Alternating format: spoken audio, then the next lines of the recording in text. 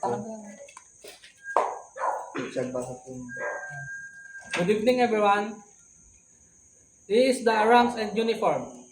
This chapter describes the most recent ranks and insignias used in the Philippine National Police, as well as the many forms of uniform and their application in various situations. PNP rank classification in the PNP. Old nomenclature. Police Director General, Police Deputy General, Director General, Police Director, Police Chief Superintendent, Police Senior Superintendent, Police Superintendent, tapos Police Chief Inspector, Police Senior Inspector, and Police Inspector. Senior Police Officer 4, Senior Police Officer 3, Senior Police Officer 2, Senior Police Officer 1, Police Officer 3, Police Officer 2, tapos Police Officer 1. Yun yun. New nomenclature. Police General, Police Lieutenant General, Police Major General, Police Brigadier General, Police Colonel, Police Lieutenant Colonel, Police Major, Police Captain, Police Lieutenant, Police Executive Master Sergeant, Police Chief Master Sergeant, Police Senior Master Sergeant, Police Master Sergeant, Police Staff Sergeant, Police Corporal, and Patrolman and Patrolwoman.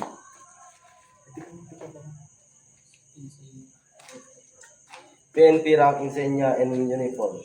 PNP rank classification with respective rank insignia. Police Commission Officer, Police General 4 star, Police Lieutenant General 3 star, Police Major General 2 star, Police Brigadier General 2 star, Police Colonel 3 Sampaguita insignia, Police Lieutenant Colonel 2 Sampaguita insignia, Police Major 1 Sampaguita insignia, Police Captain 2 Anahaw leaf inside a diamond, Police Lieutenant 1 Anahaw leaf inside a diamond.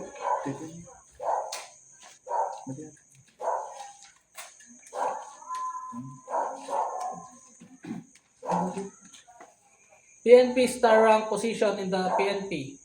Police General, exclusive. Chief PNP. B. Police Lieutenant General, and 3. The Deputy Chief PNP for Administration. 2. The Deputy Chief PNP for Operation. 3. The Chief Directoral Staff. The Commander Area Police Command Western Mindanao. Number 5. The Commander Area Police Command Eastern Mindanao. The Commander Area Police Command Visayas. Number 7. The Commander Area Police Command Southern Luzon and Eastern Mindanao. The Commander Area Police Command Visayas. Number 7. The Commander Area Police Command Southern Luzon. 8. The Commander Area Police Command Northern Luzon. C. Police Major General. Number 1. The Director for Personnel and Records Management. Number 2. The Director for Intelligence. Number 3. The Director for Operations. Number 4. The Director for Logistics. Number 5. The Director for Plans. Number 6. The Director for Controlship. Number 7. The Director for Police Community Relations. Number 8. The Director for Human Resource and Doctrine Development. Number 9. The Director for Investigation and Detective Management. Number 10. The Director for Research and Development. Number 11. The Director for Information and Communication Technology Management. Number 12. Regional Director of NCRPO. Number 13. Director Special Action Force or SAF. Number 14. Director Criminal Investigation and Detection Group or CIDG. Number 15. Director Civil Security Group or CSG. Number 16. Deputy Inspector General Internal Affairs Service o IAS. Number 17, Director PNPA. Number 18, Director NPTI. Number 19, Deputy Commander for Area Police Command, Western Mindanao. Number 20, Deputy Commander for Area Police Command, Eastern Mindanao. Deputy Commander for Area Police Command, Visayas. Number 22, Deputy Commander for Area Police Command, Southern Luzon. Number 23, Deputy Commander for Area Police Command, Northern Luzon.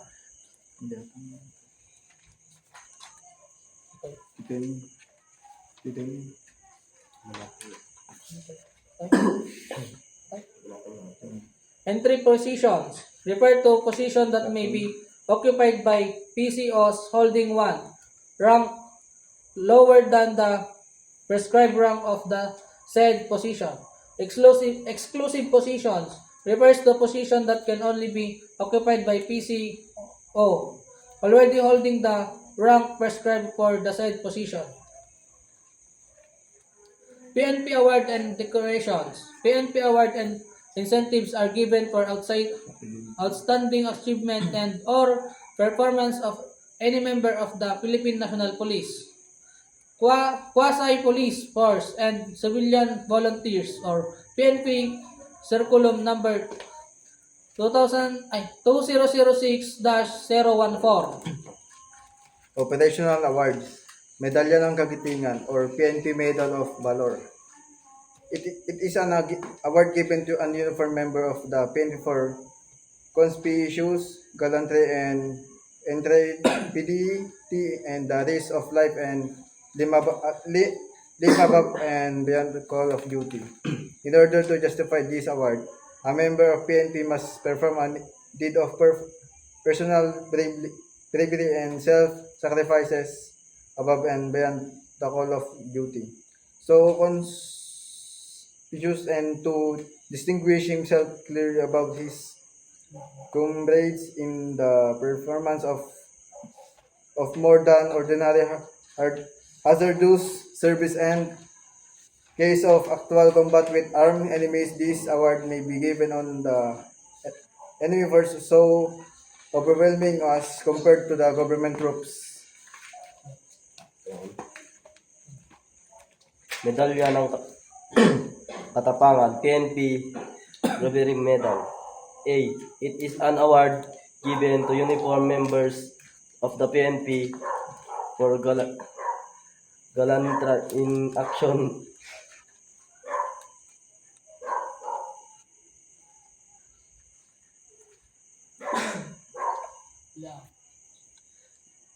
not warranting the medalya ng kagitingan or medalya ng kabayanihan. And B, to qualify for the award, the enemy force must be superior than the police personnel. 4. Medalya ng Kadakilaan. It is award given to uniformed members of the PNP for heroism not involving conflict with an armed enemy and act of heroism not warranting the Medalya ng Katapangan. Medalya ng Katangi-Daing Asal, PNP Outstanding Contact Medal. A. It is an award given to quasi-police forces and other civilian volunteers for heroic acts by individual while in action involving actual conflict with an enemy in a current situation wherein the enemy force is greater than the government force. And B. Life-saving situation distinguishing himself conspicuously by gallantry and intrepidity at the risk of life above and beyond the call of duty. 6. Medalya ng Kagalingan, PNP Medal. A. It is an award given to uniformed members of the PNP achievement not warranting to award of medalya ng kada. B. For single act heroism of series of act in duty responsibility, neutralization of criminal elements, BRS of most wanted person, and the recovery of firearms, illegal drugs. 7. Medalya ng Papuri. This is an award given to a uniformed member of the PNP for participation in an unsuccessful police operation in the supporting capacity, and B. For the other operational accomplishment not warranting the medalya ng kagalingan. Number 8, Medalya ng Sugatang Magiting. It is an award given to uniformed members of the PNP for having been wounded in action against an enemy as a direct